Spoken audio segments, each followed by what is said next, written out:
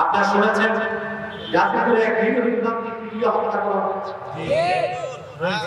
কমিটির লোক জড়িত আছে।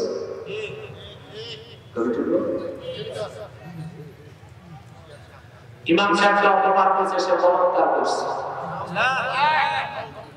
তো বলাৎকারের শাস্তি কি পিটিয়ে হত্যা করা?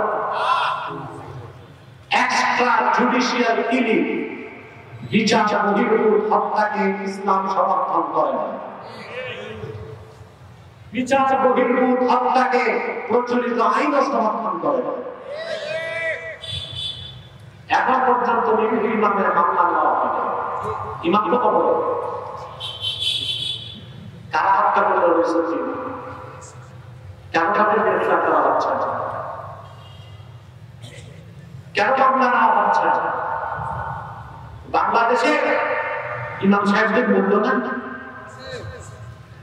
আমি এই ময়দান থেকে সরকারকে বলছি, ইমামকে যারা পিটিয়ে হত্যা করেছে, জড়িত প্রত্যেককে গ্রেফতার করে আইনের আওতায় আনতে হবে।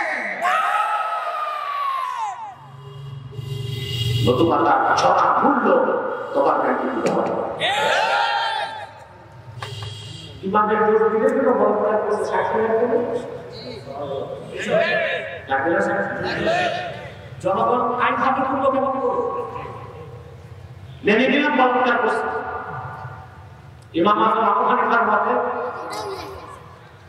ফাইল মাফউল ওয়াদি সমকালীন ইমাম আজমের মতে হত্যা করা যাবে না, তাজিম করতে হবে।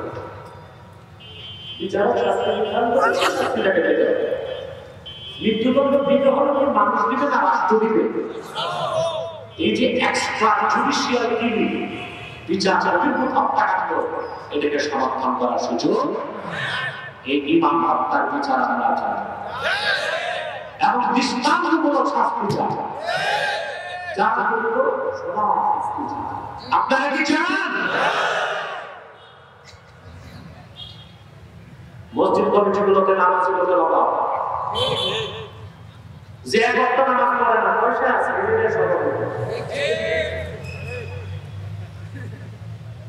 রাজনৈতিক দলের মধ্যে যে মসজিদের সভাপতি কমিটিতে সুদখোর আর সেক্রেটারি ঘুষখোর, ওই মসজিদের ইমামের চেয়ে বড় এতিম আছে? ইমাম সুদের ক্ষেত্রে কথা বলতে পারবে?